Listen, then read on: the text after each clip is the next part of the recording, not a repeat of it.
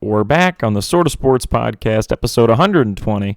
I have to admit, you all, I did go see Red One this past weekend. Genevieve and I went, and it was all right. It was exactly what I thought it'd be. Kind of surprised by the lack of like pop music or just Christmas music. I felt like the movie could have been a little more Christmassy. Feels like a lot of these action blockbusters anymore, they want to use like pop music, and this one really didn't, and I was kind of surprised. And I was like, your score isn't really that good, so you actually could have done some, some movies it's like, all right, the Mario movie did not need Take On Me, right? We could have done a different song. Wasn't it Take On Me in the Mario movie? I think that's what it was. It was like a remix of Take On Me. They could have done like a Mario-centric music. But for this movie, I'm like, yeah, why not play some pop songs? And they did not really play that many. Thought it was fun. I said to my roommate when he asked me what I thought, I said, it is a movie that is built for like VHS. Like it'd be a great blockbuster movie, like a VHS rental store or a DVD rental. And so he goes, so a Redbox classic? And I was like, yes. Like it was honestly like a perfect Redbox movie. Like if you were like 9 years old and you were walking out of Kroger and there was the Redbox and this was there, you'd be like amped to get this. You'd be like really excited. That is Red One. So nothing wrong with that. I guess the modern equivalent to this is it'll be on Tubi. Is it the modern equivalent to the movie store? I mean, like the DVD rental? It is for me. Like I go to Tubi, every couple weeks. Basically every month, they refresh. Like I missed my opportunity to see JFK. JFK is no longer on Tubi, and obviously I have HBO. I have Netflix. I have other services, but once JFK is not on any of my services, it's like my own little store. Like I could rent JFK from Prime, and if I really want to see JFK before the year ends, I might. The reason I'm in the mood to watch that is because of watching West Wing, but. Tubi is like I guess in my mind, the modern equivalent to Redbox and Blockbuster and the DVD rentals.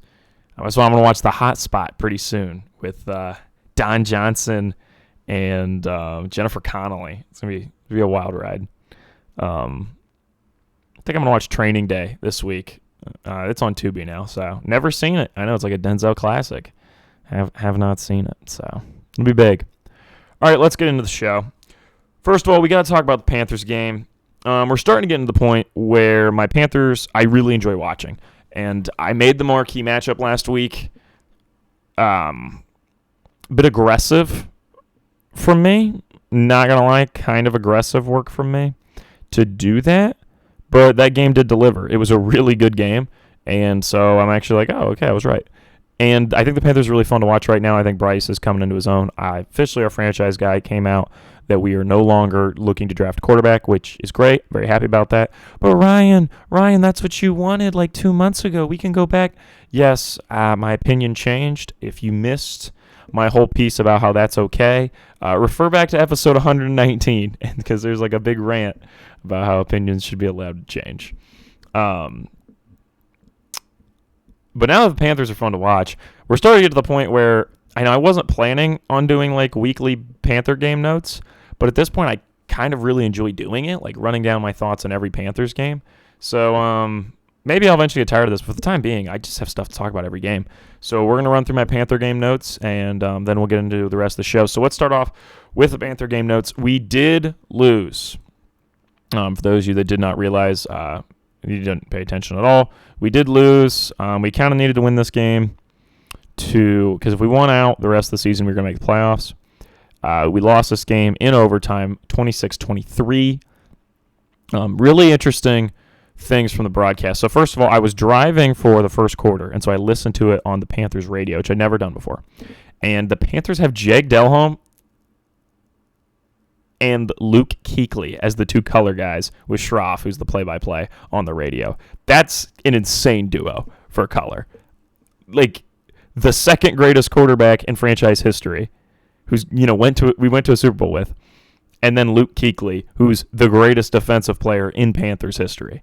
Like, that's just an absurd duo to have on, like, It would be like if the Niners radio broadcast team was like Jerry Rice and Steve Young. Like, it'd just be absurd. You'd be like, whoa. I guess Jerry Rice is a little different because he's like kind of definitively like the greatest, or at least like a top 3 greatest wide receiver ever. But it's still just absurd. I don't think Kuechly's like a top 3 or top 5 defender all time. He's probably definitely top 25. I don't know if he's top 10. I have to take a deeper dive into that. But great call from Jake Delhomme. He said there's a difference between a passer and a thrower. Guys that are throwers just kind of launch that out there, hope it gets caught. Bryce is a passer. He's anticipating. He's reading the defense. And that was a really great call from Jake, so I really enjoyed that. What's really fun about Jake Delhomme is I did not realize how thick of an accent he has. And he has like a Louisiana accent to him, and it's really fun. And I don't know if that's how it is. Like, that's part of, because you guys, I'm not from Carolina. I'm from Ohio. I've never been to a Panthers game. I don't know if that accent exists in the Carolinas also, but Jake Delhomme has that accent, and it was really funny. And really fun because you don't really hear. That's not radio standard. I'm sorry, broadcast standard. I think that's what that's called, where it's there's basically no accent. Like the Midwestern is like the least accent, and he has that. And so it was very fun to listen to because it's very different. And I was like, oh, this is interesting. Gave me some ideas for like maybe if I use that for like a character in one of my skits or something like that. I don't know. It was just interesting. I don't know if you've ever had this where it's like an accent you've never heard before and you were like, oh, this is interesting. This is fun. This is new. That's how I was. I was like, I've like heard this maybe in like a couple movies. It's a very rare accent you hear, especially over like the radio or on TV. Sometimes in movies you'll get it, but not often. It's pretty rare. So that was really fun that I get to listen to that. I think the big thing that stood out was he would say like he went like 4 in a row, like it was row instead of row. That was one of the things. I don't know. He kind of sounded like a NASCAR driver. That was the biggest thing to me. All right, continuing. So Adam Thielen was screwed with that touchdown catch. You probably seen it on social media. Should have been ruled a touchdown. And the biggest thing to me, and here's the thing, I don't like doing we were screwed if they call that we win this game, blah, blah, blah, because who knows? He made an incredible one-handed catch on 3rd down in overtime.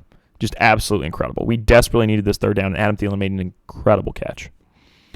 Who knows if he doesn't catch that, if they rule that a touchdown, you know what I mean? He might be feeling a little different. He doesn't hold in that one-handed catch. You know what I mean? There's so many variables.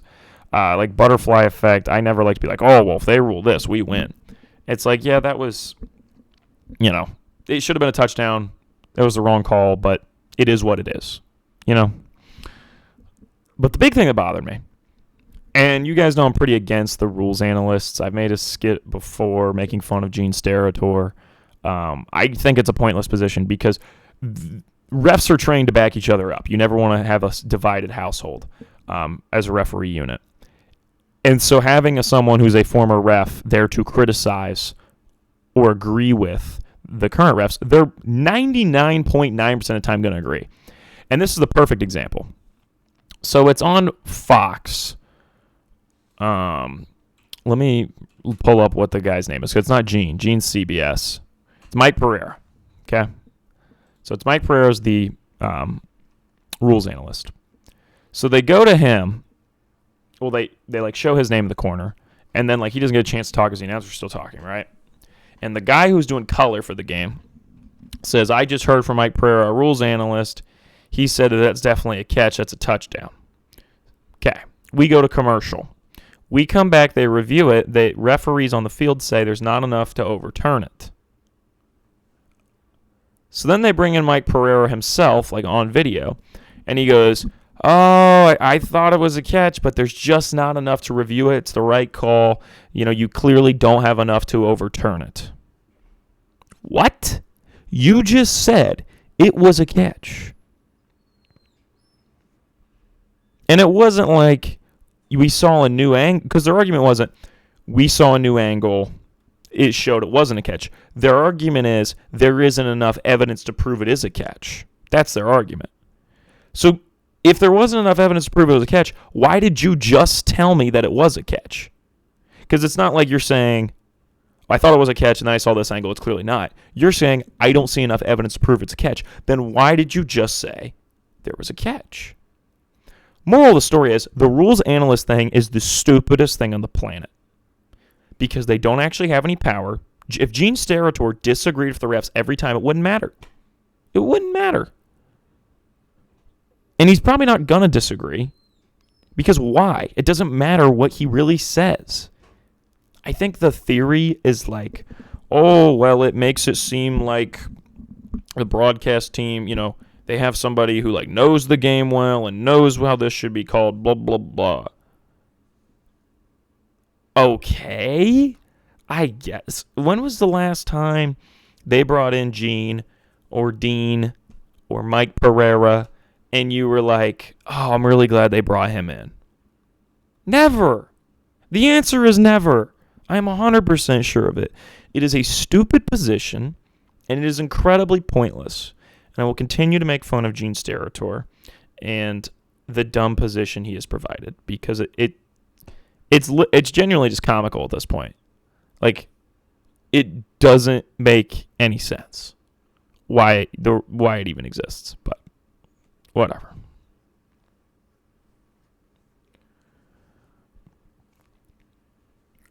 Okay. Continuing. That was the worst game Eddie Pinheiro, our kicker, has ever played. He was, before this, the best kicker in the NFL, percentage-wise. I think he was the best all-time, actually, percentage-wise. He needed one more kick to break the Panthers franchise record for the most field goals in a row made. And he missed that field goal. He's tied for the record now. But with Graham Gano. But he missed the one to give him the record. And I was just like, wow. I felt really bad for Eddie. And then he missed, I think, his next field goal after that. So it was his worst game ever. He was just absolutely killing it for us for a long time there. And now people are all mad at him. And I guess my thing is, he didn't magically get bad. I think he just had, he was upset he missed that one for the franchise. All that pressure was on him. And then now he's like, got to recover, and, hopefully he comes back stronger than ever. If he doesn't, obviously you'll move on and find a new kicker. I mean, that's just how it goes. But, Eddie, I don't know. I guess my thing is people are upset. And it's like, yeah, it was his worst game ever, but I'm not like, screw this guy. You know what I mean? Because that's what's been weird. Is like some Panthers fans have been like, oh, we're all mad at Chuba Hubbard. Well, I don't want to get ahead of myself. Well, give me a second. Okay. So let me run this down for you. You guys know I love Baker Mayfield. This is the battle of my two favorite quarterbacks in the NFC. Comes down to it. Bucks miss a field goal, we get the ball. In overtime, Bucks miss a field goal, we get the ball. Super exciting stuff. Adam Thielen hauls in that one-handed catch. We're in field goal range. Game is practically over. We are going to do what any normal team does, run the ball 3 times to get it really close, and then kick a field goal. We hand it off to Chuba Hubbard. He's been one of the best running backs in the NFL this year, and he fumbles. Bucks get the ball, march down the field, kick a field goal, they win. That's it. We lost. We basically lost because of a Chuba Hubbard fumble. That sucks, and it's really upsetting. And there's been this outpour on social media of some fans that are like, oh my gosh, Chuba Hubbard, I can't believe you, blah, blah, blah. This is a small amount of fans. But the idea that, this player has been great for you all season is now terrible because he made one mistake is stupid. So, I'm not going to continue to preach because obviously I did a big sermon last week. But I was like, yeah, the Chuba Hubbard fumble sucks, but that's just an honest mistake, and I'm sure he's going to get better because of it. And so, he's got to keep his head up. He's been excellent for us all year, and, that's just how it goes. And you could really tell this team was upset. I had somebody text me, it's like, oh, W game for the Panthers and prove the draft pick, but try to compete. And I texted back, I'm like, I get it, but not really. And he's like, what do you mean? And I was like, I think this team genuinely want to make playoffs. I think this team genuinely believes in themselves. This team genuinely wants to win for Bryce. They want to win for Canales. They want to be a good team. I think they know they're better at what they can be capable of. I mean, they're better than what they're currently been doing. They're more capable than what they've put out. And I'm sure Bryce gave a big speech in the locker room, and you can tell the team's behind him and they want to win for him. And I think they genuinely thought we could make the playoffs. And I don't really care about a draft pick as opposed to I do making the playoffs. A lot of people are saying the Panthers should take a wide receiver. I don't really think we should. It would be cool to sign T. Higgins, but I also feel like I'm happy with the wide receivers we have. If we keep Thielen, Leggett, Coker, and then Jatavion Sanders as our tight end, I'm really happy with that room. I think it's a really good wide receiver room. T. Higgins would be like the only one I'd really like, but if his contract's too much, I don't want him. And I don't think we should draft a wide receiver first round. I think we need to go defense. Defense is clearly what we need help in. You know, if we could get Will Johnson, that'd be awesome. So, but Bryce has been so damn good. And I don't know if anybody's paying attention, but he's been awesome. I think the first week against the Saints, it was like, okay, Bryce played well. Giants game was like, whoa, Bryce is good now. And then this game and the last game are just proving that he is legitimately really good now. And in the span of a month, I've just completely flipped on him. So that's awesome. And I'm going into this week with high hopes against the Eagles, and I think so is the team. And I will admit, we're going to talk about this later, but there is genuinely still a path for us to make the playoffs. It's a lot of things have to go right, because that's what was big. It's like, well, we'll talk about that later. Let's get into the rest of the show. All right, I got to give the Eagles props. I haven't really talked about them much. Excuse me. You guys know I didn't think they're like the best team or anything, but they are 10-2. They have the second best record in the NFC by a decent amount. The next closest team is 5 losses. Sorry, no. I forget that NFC North is stacked. My bad. They're tied with the Vikings for the second best record in the NFC. Packers behind them with 3, and then after that it's like 5, 6, 7 losses. So the Eagles have the second best record tied with the Vikings, the NFC, and they've been playing really well. They haven't lost. Oh my gosh, when was the last time they lost? I gotta look at this. Yeah, they haven't lost since. I was just searching for it. It's harder than I thought. Well, I guess you only have 2 losses. They haven't lost since. Oh, that's funny. They haven't lost since Baker Mayfield. They lost to the Bucs on September 29th, which is really funny because Baker has beaten the 2 best teams in the NFC, and his team might not make the playoffs. It's really funny. Record-wise, the 2 best teams in the NFC. But the Eagles have been on a hot stretch, and they haven't just been beating bad teams. I mean, I will say they haven't played that top-tier team. They've been playing that tier below that. Like the Commanders. But, I mean, the Bengals aren't terrible, but they're not very good. Cowboys aren't very good. Jaguars are very bad. Oh, we got it. Okay, quick aside. That Trevor Lawrence hit was awful. I really hope he's okay. That was bad. And I give the Jaguars props. I think it's the fact that the whole team flipped out and wanted to beat the shit out of Alshire shows that Trevor's still their guy and that team is behind him. And I mean, that's a good sign. That he still brings that leadership and stuff like that. Like, they were pissed off, not just because it was their teammate, because it was Trevor, and that's their guy. And so I think that shows a lot about Trevor and that Jaguars team. And so I really hope they can get things turned around there, because that was cool to see, and I really hope Trevor's okay. So, also, on a less serious note, when Baker got hurt, I was really upset, and I was really worried about him. And then he came back in and threw an interception immediately. And I was like, oh, never mind. My Baker's back. Like, that's how I knew there was nothing wrong, because I was like, classic Baker. We're good.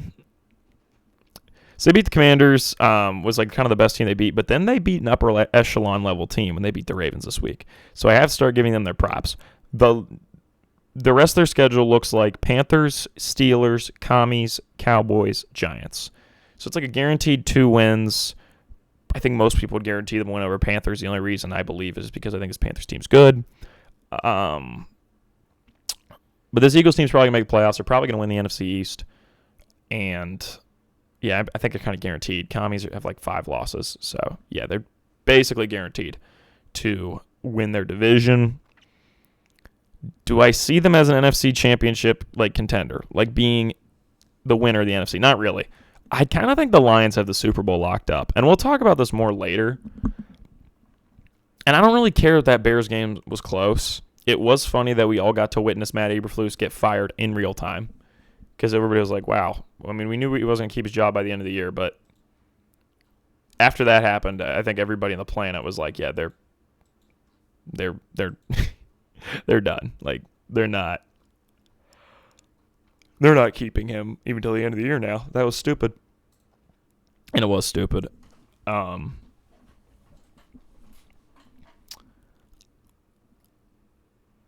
But I don't really care how close that Lions-Bears game was. I think the Lions are the best team in the NFC. And then out of the AFC, you want me to be honest, who I think is the best team? The Bills. I really think it might be a Bills-Lions Super Bowl, which would be awesome. It'd be so awesome. But we're going to talk about the Bills more later. So I just have to say, I have to give the Eagles their props. I think they can make it to the NFC Championship, but I think they lose to the Lions. I think their peak is an NFC Championship. I would love to see a Commies-Eagles playoff game. I do think it's in the cards at the moment. I think if the playoffs started today, that is the way it would line up. That would be pretty gas because that's an interesting game. Third time they're playing the Commies. If they had already beat them twice at that point, whew, you know what I mean? That's intense. So that'll be interesting.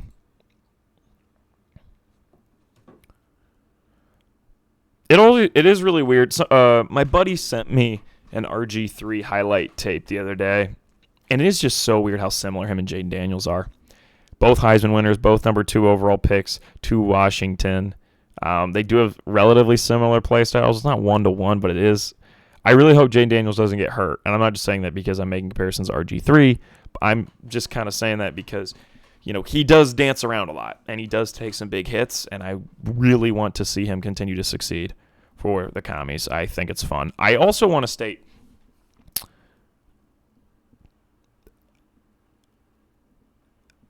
the Commanders need to change their uniforms back to the way it used to look. I don't understand when they rebrand. I guess they really wanted to get away from the whole, you know, Redskins branding, which I understand. You wanted to kind of kill that and be done with that. I get that. But the base uniforms with the maroon jersey, with the white numbers, with the yellow outline were iconic, and I'm pretty sure, unless I will look up Washington Commanders uniform history. I honestly think they were kind of the same since the 70s, I think. All right, let's look at it. Here we go, uniform database. So here we go, back to, all right, so in 1969, it looks like the 1969 Washington Redskins, they kind of spruced up the yellow because it used to be like a darkish, goldish yellow in the 60s, 50s. And they went back to this bright yellow that they had in like the 40s. Okay? And that was what they rocked. And they didn't put looks like the helmet here had like a, kind of like what Florida State does. It had like a spear on it.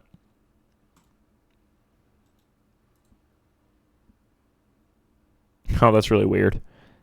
It's the 1969 team, and it said NFL 50th Anniversary Edition because that was the 50 years of the NFL in 1969. That's just wild to think about how old the NFL is. I mean, like, we knew that because it was NFL 100 in 2019, but just kind of crazy. And then they pretty much had these jerseys the rest of the way. They got rid of the yellow pants in the 90s when they won the Super Bowl, and then they brought them back as an alternate look in like 2007, and then they became standard again in 2010, and all the way up till they changed to the football team. When they were the football team, they still had yellow pants. Right? Unless I'm wrong. I thought when they were the football team, they still had the yellow pants. Am I an idiot? Now look at this.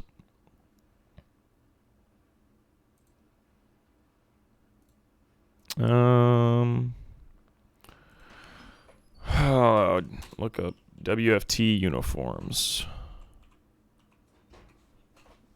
No, they had maroon pants. Okay. Yeah, that's maroon pants. Yeah, the all maroon look is not good. I don't know why they even did that in the 90s when they won the Super Bowl. Like, it's a bad look. The helmets were kind of hot when they were the WFT, with just the numbers on the sides. Those were kind of hot. Not going to lie. I liked those. Anyways, moral of the story is they need, I just believe from an aesthetic perspective, can you please just change the uniforms back to that design? I understand the Redskin branding is not good. I understand that completely. I would argue that the Commies is not a great name, but it's obviously better than that. I get that. Can we change the uniforms back, though? Don't do this weird font you have going on with the weird, like helix shading thing going on.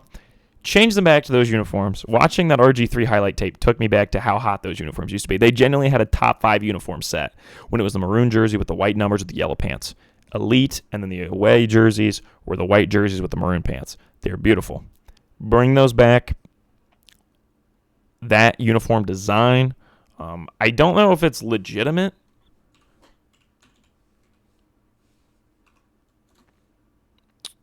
But there's been talk of a name change. I guess my thing is if they could find a way to, make it respectful, where it's like maybe like the Cherokee or like the Seneca or something like that, like name it after a tribe. I don't know if that makes sense, but like something like that, kind of like how the Braves do it, right? If they could do something like that, and then the logo, if the logo was definitely not a disrespectful logo, so maybe they bring back the logo and rename the Cherokee or something like that. I could see that, and then maybe bring back those uniforms. I saw they did like a thing, and 58% of their fans don't like the name Commies. Well, Commanders. I think it's a funny name. I don't have any strong feelings as much as I just want those old uniforms back. I don't care how I get them. If they want to stay the Commies, that's fine with me. I'm saying they're definitely. I don't see a world, and I don't know why they would go back to the name Redskins. But if they can do it where it's like the Cherokee or something to that effect, I think that makes the most sense. Find a respect, like kind of like the Chiefs or the Braves or something along those lines. To me, that would make sense. All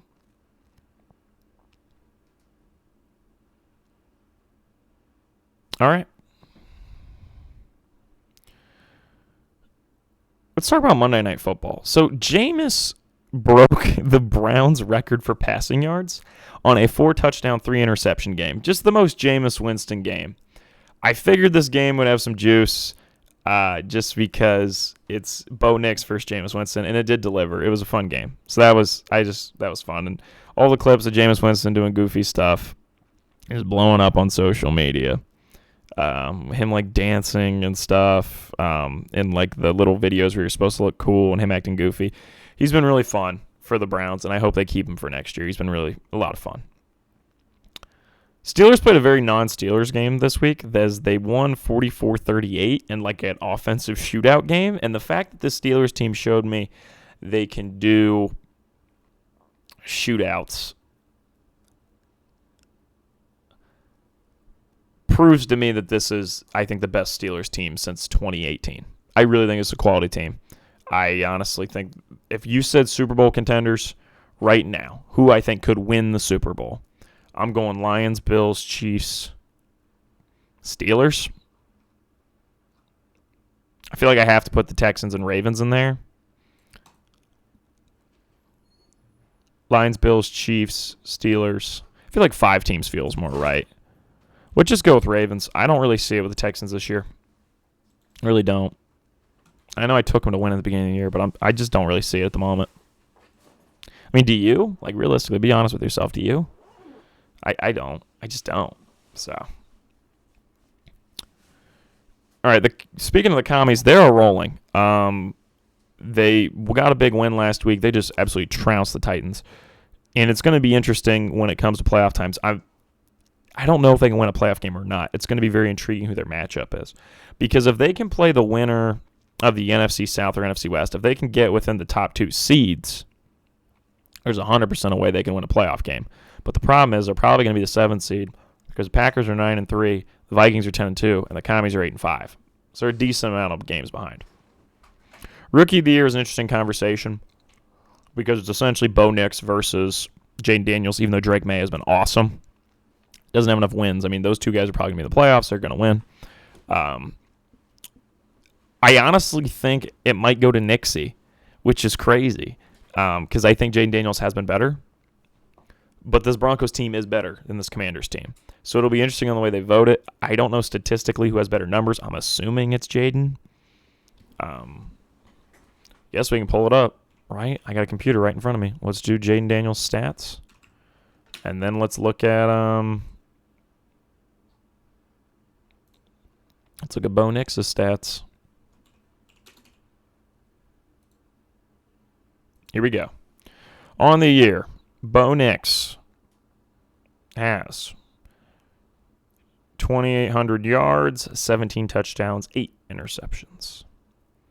Jaden Daniels is 2,800 yards, 15 touchdowns, 6 interceptions. So similar yardage. Nix has 17 touchdowns, 8 interceptions to Jaden's 15 touchdowns, 6 interceptions. So that's funny that it's like they're like very similar. Obviously, Daniels does have some rushing yards that are going to factor in. I mean, how many rushing touchdowns does Jaden Daniels have? That's what I want to know. 6 rushing touchdowns. I know Nixie's ran it in a few times. 4. 304 yards rushing for Nixie, 590 for Jaden. I honestly think it will go to Jaden if they make the playoffs just because they were hyping up Jaden like crazy. And I do think Jaden has been better. I do. But, I mean, you look at it, Daniels and him are very similar. The big thing is QBR. Daniels is 5th in the NFL with 71.8. Nix is 55.5, 17th in the NFL. That's the biggest difference. Because Nix has more touchdowns, about 30 more yards, 2 more interceptions. But the QBR is a 16-point swing. That's kind of the big swing right there. Who knows how much they're going to value QBR? I think, honestly, they're just going to give it to Daniels because they were hyping him up like crazy. And I also think Daniels should win. I do think he's better. But we can't deny the fact Nix has played well. We can't.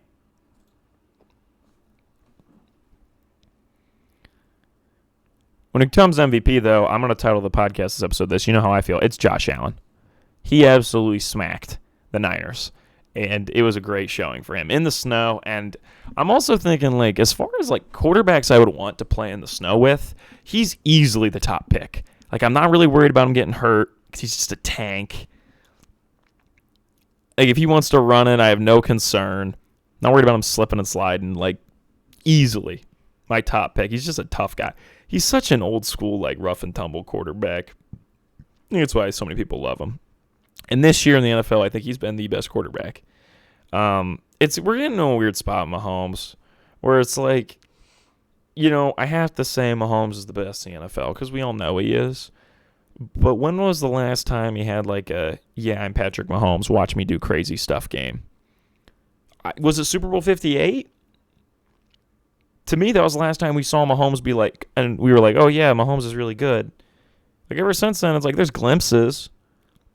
We haven't had like a great, like, oh my gosh, Mahomes game since Super Bowl 58.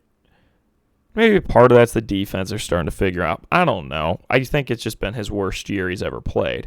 but they're going to have one of the best records they've ever had with him. It's absurd.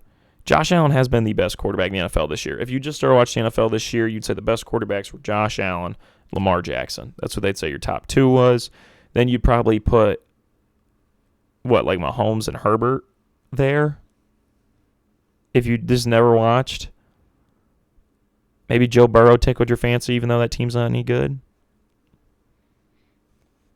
But you would have Josh and Lamar above Mahomes. Because they've been better this year. They have. Especially Josh. So, we're not even going to talk about that Black Friday game BS with the Chiefs. We're not even going to speak of it. The Chiefs' devil magic jokes are getting completely out of hand because every week it's just getting absurd. It's getting so absurd. So, now maybe I should shut up because maybe, Mahomes is going to go up against this Chargers defense, which is a good defense. And he's just going to, not a great defense, a pretty good one. And he's just going to light it up, and he's going to play great. And I shouldn't have said anything, but we'll see. Honestly, I prefer that. I'm sick of seeing him play like weird. Like, if he's so damn good, let's see you play good, Because Josh Allen is the guy every week where I'm like, whoa, he's so good. He's the one doing that, not Mahomes. Josh Allen should be the MVP. I said at the beginning of the year, if he makes the playoffs with this team, he should be the MVP. Well, guess what? They're probably going to win the division and be the 2 seed in the AFC. And I honestly think this is the best he's ever played. This is the best team around him. It's not exactly on paper, but the way they play together with him, it's the best team he's had. I love the way they use James Cook, Ray Davis.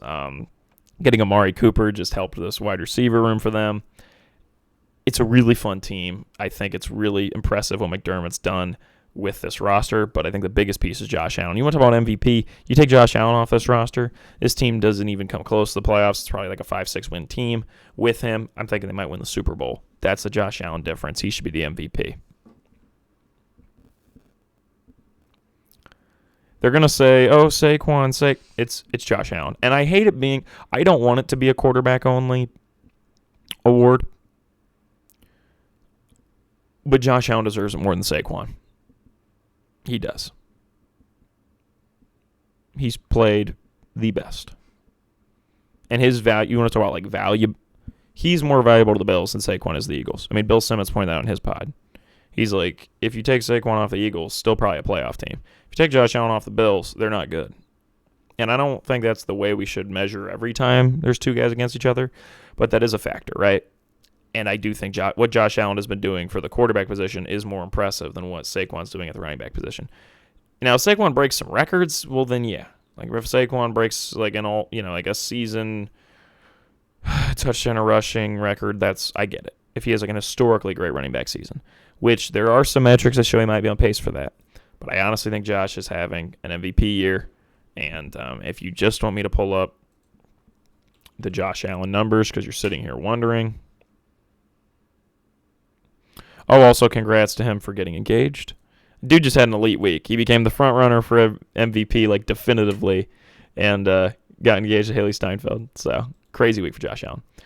So, Saquon does have 1,500 yards, 11 touchdowns, 246 carries. If you want to know the NFL season rushing record, it's 2,100 yards. 2,105 from Eric Dickerson. I will admit, if Saquon Barkley beats that record, I understand why you give him the MVP. Maybe he should be MVP at that point. I honestly think if he breaks the record, you should get it. I do. Because that'd be crazy, right?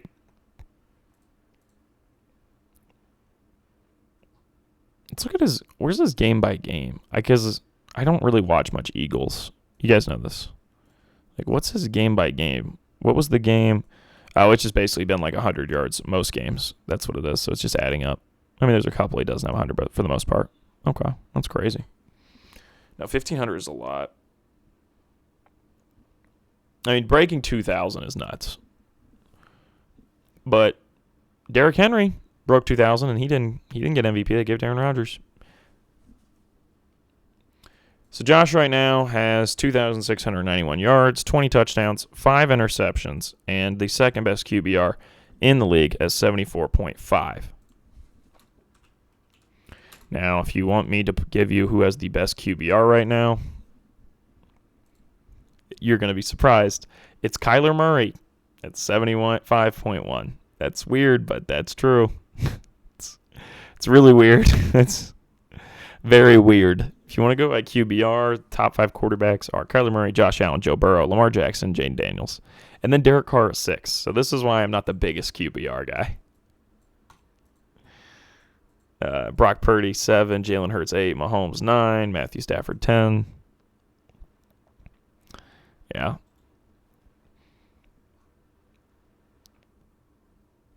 I don't know. I think Josh should win it. I think he will win it. If Saquon breaks a record, he should get it. But unless he breaks a record, come on. It's Josh. Josh deserves it. He's been great. Okay. I think anybody who watches a lot of these NFL games like me on a Sunday, when you're sitting there and you spend pretty much the whole day watching football, you see a lot of the same commercials. And so I decided I was going to do my official rankings because we're pretty much through all the football commercials we're going to see this year. We're kind of just seeing the same ones we've seen for a long time. There's not going to be a lot of new ones. Maybe we get a couple new ones for the playoffs, but for the most part, probably not going to get too many new ones. Now, granted, I'm not ranking all the commercials. I see a ton. It was just the ones that stood out in my mind. And so we got 3 tiers here. We'll start with the best tier. This is the commercials I genuinely look forward to because you watching these games, you're going to see them a lot. So the ones I genuinely look forward to, first one is I like any of those backup quarterback ones. It's just a really funny concept. Progressive does that. That's a new idea they had this year. And it's funny when it's like Case Keenum, Colt McCoy. Who else was there that are in those backup quarterback commercials? Josh Dobbs is in one. There was somebody else I saw the other day. It wasn't Paxton Lynch. It was like somebody like that, though. And it was just funny. Like, it's a really funny idea. Well, eventually Drew Lock's going to be in these. Is Drew Lock the new Fitzmagic? He kind of is for me. I think he's so fun. But, yeah, I genuinely look forward to the backup quarterbacks commercials. Those are really fun. The High Tide. This is a college one. But the High Tide, when you said, I think it's a Geico. It's like you should look up the team's slogan before you yell it. And he's yelling High Tide at Alabama, not a Roll Tide. That's a funny one. I really like that one. I genuinely look forward to that one. This one you don't see as much. But I remember it because we've seen it a decent amount. I really like the Pedro Pascal Corona one. I just like the way he says Viva Las Fina or something like that. Whatever he says, I just think it's cool. It's got fun vibes. I enjoy that one. It's nice. It's not officially Christmas time, though, till we get the Corona whistling commercial. You know what I'm talking about, where it's like the beach and the lights go out? That's a fun one. That's the holiday commercial. I mean, the best Christmas commercial is the M&M's with Santa. That's like the best one. That one's goated. Love that one. But the Corona one's also an elite Christmas commercial. All right, so those are the only 3 that are in the I genuinely look forward to them ads. And I guess I should say, yes, we are including the ads you see a lot for college. I understand I'm probably missing some. If I'm missing some, you think about where you would rank them in your mind. All right, indifferent background noise. These commercials, I don't really mind, but I'm not really excited when I see them. They're just kind of there. The Geico phone practice ones, they're just kind of whatever. I don't really mind them. The Fansville, That's Why You're a Mascot one's actually kind of fun. This one is like a little bit in between. I genuinely look forward to it. And the indifferent background noise, I don't look forward to it enough that I'll be like, oh my gosh, it's this one. But when it comes on, I'm like, oh, this one's kind of fun. Because the Fansville, this one's fun because they're doing like a lot of overacting because they're kind of making like a joke about like a rom-com. And when she's like, that's crazy talk. That's funny, the way they play that. And then when he throws the Dr. Pepper can, it shatters the window. And they do a Wilhelm scream. That makes me laugh. And then she said, that's why you're a mascot. That's good comedic timing. So this one, it's not like when I genuinely look forward to them, like the top 3, it's like they come on and I'm like, oh, sweet, it's this one. Like I might actually genuinely say that out loud. Whereas the Dr. Pepper, That's Why You're a Mascot, the new Fansville one that they've been showing a lot this year, that one's fun. I enjoy it, but I'm not like, oh my gosh. I guess if there's a bit of a tier in between, I generally look forward to them, and indifferent background noise, it would be in there. But I didn't feel like making a fourth tier. I thought 3 was just cleaner. The $1 Million Baby Wingstop. This one's fine. Significantly better than the No Flex Zone Wingstop ad. Much better work from them getting a better song. Sorry to AO and TO, but $1 Million Baby is a significantly less annoying song to hear 40 times a day. As somebody who doesn't scroll TikTok, I still think that song's fun. I don't like listen to it myself, but I don't like hate when I hear it. So I still enjoy that song. I think it's pretty fun, and it's the least annoying those Wingstop ads are probably ever going to be, because they're probably going to pick some annoying song next. So I'm not annoyed by this song. I think it's pretty fun. There's sometimes it comes on and I'm humming it with the commercial, and there's other times I come up and I don't even realize. The Liberty Mutual Parade one. This one's fine. Realistically,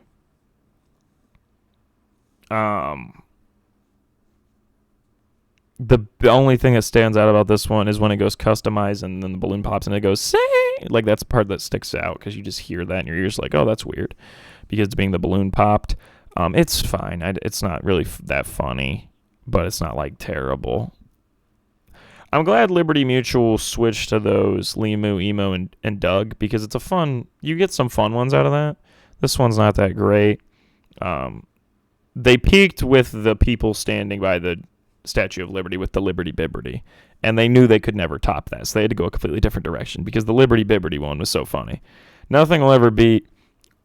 This summer, I was at my grandma's house. I was like house sitting for her, and I turned on the TV at like 1 p.m. Like, what's on 1 p.m.? Like, what's on at 1 p.m. like middle of May on like a Tuesday, you know? And I'm watching something, and I'm like, oh my gosh, this is a soap opera, isn't it? I never like watched a soap opera in my life. And the Liberty Bibberty guy was like one of the leads, and that was just way too funny. It was hilarious. So, continuing with commercials that I don't really mind. I'm indifferent to. The Geico Caveman. I couldn't even tell you what this commercial's about. The Geico Caveman's doing something, and I don't really care. I don't really think that character's that funny, so I just like, whatever. The State Farm, he bundled football with football. I don't really mind this one. It's whatever. Realistically, the Mahomes ads were a lot better last year, because you had the Andy Reid eating the burger. I mean, like the fries. Was he stealing the fries? Is that what it was? That one was fun. And then the Travis Kelce Mahomes Motto. That was funny. I think they peaked with that. I don't know where they really go from here. Let's get to the I am genuinely annoyed ads. As in, these come on and I'm like, oh brother, not this again. First one, Peyton Manning. I saw this one on the first game of the season on Thursday Night Football, and I was like, oh shit. This ad thinks it's a lot funnier than it is. We're going to see this a ton, aren't we? And we have. I couldn't even tell you. Is it progressive? I think it's progressive. But it's Peyton Manning. You've seen it. I don't even know why I should describe it. Any commercial that like is very repetitive and it thinks it's a lot funnier than it is, that's like an easy way to become a commercial that genuinely annoys me. I think that's true for most people, because you're seeing them a lot, and it's got its little bit, it always does, and it thinks it's really funny, and it's like, it was pretty funny the first time, moderately funny, it wasn't hilarious. And if it's not hilarious the first time, it's not going to improve with it. Like, it's not going to age. You know what I mean? It's not going to improve. So, the Peyton Manning, it's just kind of, oh my gosh, I don't. And they're just like, oh, it's Peyton. Peyton, they just say it back. It's way too repetitive. It's not good. Hate it. This is a newer one.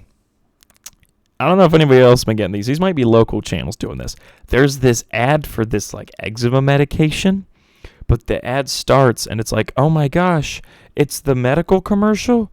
Oh yeah, it's the prescription commercial? And they all get like amped up that this prescription commercial's on, and they go to watch it, and then you watch the commercial with them because it's such a great commercial. I'm like, okay, this pisses me off extra, because now you're acting like your commercial's so damn good. And it's really not. It's not that good of a commercial.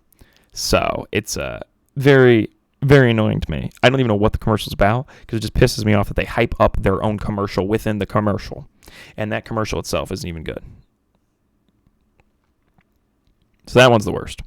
Well, no, that's not the worst. It's the worst, but not the absolute worst. Because the absolute worst, and I think this is a fun concept, but I've seen it so many times, and it's one of those where it's kind of funny, but then I've seen it a billion times, and I like the people in it, and usually this company's got some pretty good ads, but this one drives me nuts. The stupid ass Bundle Rooski ad. It's not that funny to begin with, and I've seen it probably 50 times by now. It thinks it's a lot funnier than it is. It's very repetitive. It's doing all the things wrong. The only thing that even slightly saves it is that I like Andy Reid. But at this point, that's not even enough to save it. I hate this one. I'm going to be honest with you guys. The only reason I did this is just so I could bitch about this ad. That is the entire reason I did this ranking. Because I hate that ad. It's terrible. It's so bad. I'm going to be serious. I think I genuinely liked the singing power outlet that we saw a billion times during the NBA playoffs more than this ad. Was that singing power outlet ad on during the NFL playoffs last year? Let me Google it. When did that premiere? When did that ad? Singing power outlet commercial. When did this first come out? January 25th. Oh, so we had to endure that for like 2 or 3 weeks. Yeah, it was on for the NFL. It was. I had to think about it. I was like, that was the NFL playoffs last year. Yeah, that one was pretty bad. Ugh. I know some people liked it. I did not like the singing power outlet. It was not as bad as Bundle Rooski, though. I am so sick of Bundle Rooski. Bundle Rooski do. Last year, the Two Things at One was like a favorite of mine. I really enjoyed the Travis Kelce Two Things at Once. I wish we had more of those. Speaking of the wish we had more of those, why did we stop doing the progressive can't stop you from becoming your parents? We're getting less and less of those all the time. And those are elite. Those are favorites of mine. I always look forward to them. They are genuinely really funny skits, and I think they still have juice. Like they still have more to give to us. Why are we moving away from those? I think the replacement is the backup QBs, because it's the same type of vibe. We can have two nice things at once. Travis Kelce proved this to us last year. We can have two nice things at once. Bring back the progressive, because the guy with the mustache that was the therapist, he was funny. He was really good. Give me more of that. That was really funny. I really like that one. Bring it back. I also want to say the Fansville ads, I know it's Dr. Pepper's thing, but they got to get better. But the problem, not better. I take it back. They don't need to get better because the current one's fine. That was mean. They're pretty good. The Fansville ads are pretty good. But they peaked with the transfer portal one. They will never top that. It was like Fansville was created for the transfer portal joke. Do you remember? You remember it. It was funny. That was a legitimately really good Fansville ad. And they will never top that. That was the best episode of Fansville they've ever done, was the transfer portal. It was the funniest. It was the most clever. I genuinely believe that ad idea was created for that purpose because that is hilarious. They will never top it. It was funny. Was DJ Agungalele in that ad? Or am I imagining things? I thought it was like a real QB that got sucked into that. If it's DJ Agungalele, that's even funnier. Just because of how bad he's been this year. I don't know. Regardless, that's where Fansville peaked. But you want to talk about what I believe is the greatest ad, and I mean the best. By the way, I missed the Baker Mayfield at home with Baker Mayfield. Those were excellent. Bring them back. Progressive. Come on. That was a great series. Those were excellent. Come on. The at home with Baker Mayfield, they were lovely. So fun. Anyways, back to what I was saying. We are probably never going to top what was genuinely the best commercial since I started watching the NFL heavy in 2019. That's when I started paying attention every week, watching games every week. Every Sunday I'd sit down and watch, and I started seeing all these commercials 1,000 times. The best commercial that we will never top. Well, I mean, we could top it, but it's going to be hard. The Geico French Vanilla Rocky Road Chocolate Peanut Butter Cookie Dough Scoop. There it is. You're never going to top that. Tag team helping her make the ice cream. Chocolata, chocolata, chocolata, chocolate. Ooh, that was the best. And then at the end when he throws the sprinkles, so that's part of the great ad, is you got to have that last final joke right before it ends. And that Geico ad had it. It started quick, and it's like, what are you waiting for? It's something about, did you know Geico could save you, whatever. What are you waiting for? Hip-hop group tag team to help you make your ice cream or something like that. And then they come in. It's a funny surprise. You didn't expect them to be in there. It's actually the real tag team members. They seem like they're having a good time. Oh, it's the best. That one would come on, and everyone's happy. That one was goated. I don't know how you even get... That's lightning in a bottle. Like, I can't even... Because I can give you why the Fansville works. I can give you why Becoming Your Parents works. I can give you why the Baker Mayfield ones work. I cannot tell you why the Geico... It's lightning in a bottle. It's a perfect idea. And they don't really have a lot of ads like that. I don't really know if that was like a series or I don't remember a lot of ones being like, what are you waiting for blank to happen? Well, maybe there were a couple like that. I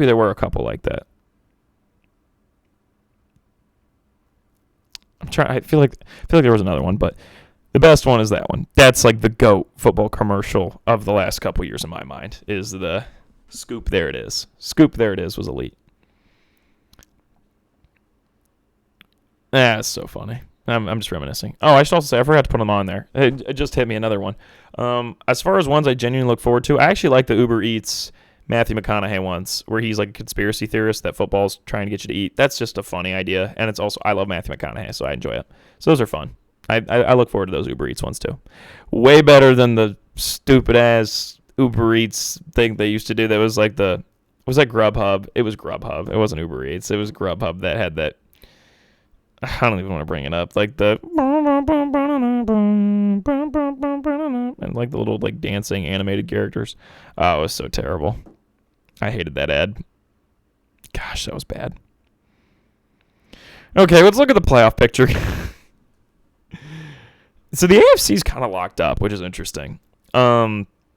It's pretty set that it's going to be Chiefs, Bills, Steelers, Texans, Chargers, Ravens, Broncos.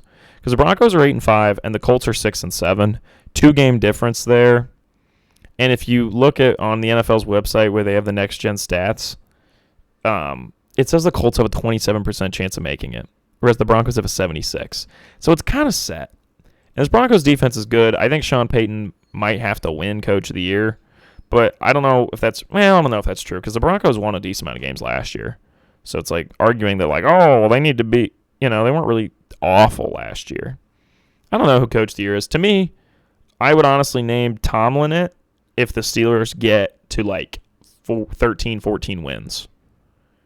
If they got 14 wins, maybe they go undefeated the rest of the way. It's probably not going to happen. But if they got 13 wins, they only lost one more game this year. Come on. I don't think anybody thought the Steelers team was going to go 13-4. Come on. So it's maybe Mike Tomlin. Kevin O'Connell definitely has an argument. I don't know, it's going to be interesting how it gets voted. I honestly think Dan Quinn had really good odds if the Commanders won that division, but they're not going to. If the Lions go 16-1 and the Chiefs don't, if the Chiefs lose another game and the only 16-1 team is the Lions, I think Campbell should win it. But it'll be weird if Campbell wins it and they go 16-1, but somehow Reed doesn't. You know what I mean? If they both have a 16-1 record, that'll just be weird. So, what's interesting though, you look over the NFC. Even though the AFC is kind of set, you look over the NFC, it's all up in arms. The Bucks could still make it. The Cardinals could realistically still make it. There's even a path for the Rams. Right now, it's Lions, Eagles, Seahawks, Falcons, Vikings, Packers, Commies. There's 100% of a world in which the Bucks win the division for the NFC South. The Falcons, Kirk Cousins have not been playing well. It's just matter of fact. He played really poor last week. They're starting to talk about putting in Penix. Like, that's how bad it's been. And, I mean, the NFC South, I want to point out, the Panthers have technically not mathematically been eliminated from the playoffs. There is a less than 1% chance, according to Next Gen Stats, but we are not mathematically eliminated. So then there's that, right? You got to look at the bright side. So it's just going to be interesting to see how things turn out. Being the 5 seed in the NFC is incredibly valuable. If the Packers could somehow leapfrog the Vikings and get there, it's really valuable because you get to play the NFC South winner. And as much as I love my Panthers and as much as I love Baker Mayfield, the Packers will probably smack either of those teams. Or the Falcons if it's the Falcons. So let's go to marquee matchups. Sunday at 1 p.m. we got Falcons versus Vikings. Falcons really need to start winning games if they're going to win this division. And this is Kirk Cousins versus the Vikings, so that's why this is a marquee. Then we got Browns versus Steelers. Steelers are pissed off that they somehow lost that game on Thursday night about a little less than 2 weeks ago. So Jameis has also made this Browns team really fun to watch. They were really fun last night, so really fun team. Browns have went from like, I hate watching this team to like, it's a fun team just because of Jameis. I really hope they don't draft a quarterback this year. If they do, they should let him sit behind Jameis for a bit and kind of like ease him in. 4 p.m., we got Seahawks versus Cardinals. I'm going to take this isn't primetime picks. I don't know why I had to take there. My bad. I don't really know who I'd take here. This is going to be tough. But the NFC West is going to be a battle for who's going to win it. Right now, the Seahawks have the lead. If the Cardinals beat them here, the Cardinals take the lead. It's a dogfight. The Rams are still in the fight. Technically, the Niners are, but let's be real, they're not. So year for hell for the Niners has become reality. And I said that at the beginning of the year. I was a little concerned about that. And it's 100% official. That's what's happened. So I am going to take why am I trying to take it? I guess I have it. I don't know who I'd take to win this. I'm being honest. I don't know why I've said that twice. But Seahawks versus Cardinals at 4 p.m. It's going to be a really interesting matchup. If Mike McDonald can make the playoffs his first year with the Seahawks, that'll be pretty impressive for him. Not that the team was that bad last year, but, yeah. That'll be a fun game. Primetime picks. Thursday Night Football, we have Lions versus Packers. I think the Lions stay on this hot streak. I do. I think a decent amount of people are probably betting on the Packers this week. I don't know what the lines are or anything, but I'm willing to bet there's a lot of juice on the Packers. And I honestly think, even though the Lions were in a close game against the Bears last week, I think the Lions are still going to win this. They just got too many good vibes around them right now. I believe in this Lions team. Lions win. Sunday Night Football, Chargers versus Chiefs. I'm going to put my money where my mouth is. I said all year how good I think this Chargers team is. I'm going to take them to beat the Chiefs. If the Chargers lose here, it kind of definitively makes them you might win a playoff game, but that's it. Like, you're not that good. Even then, I don't know if they can win a playoff game, depending on who they match up against. Like, if you said Chargers-Steelers in a playoff game, I might take the Steelers, I'm be honest. Monday Night Football, absolutely disgusting, gross game.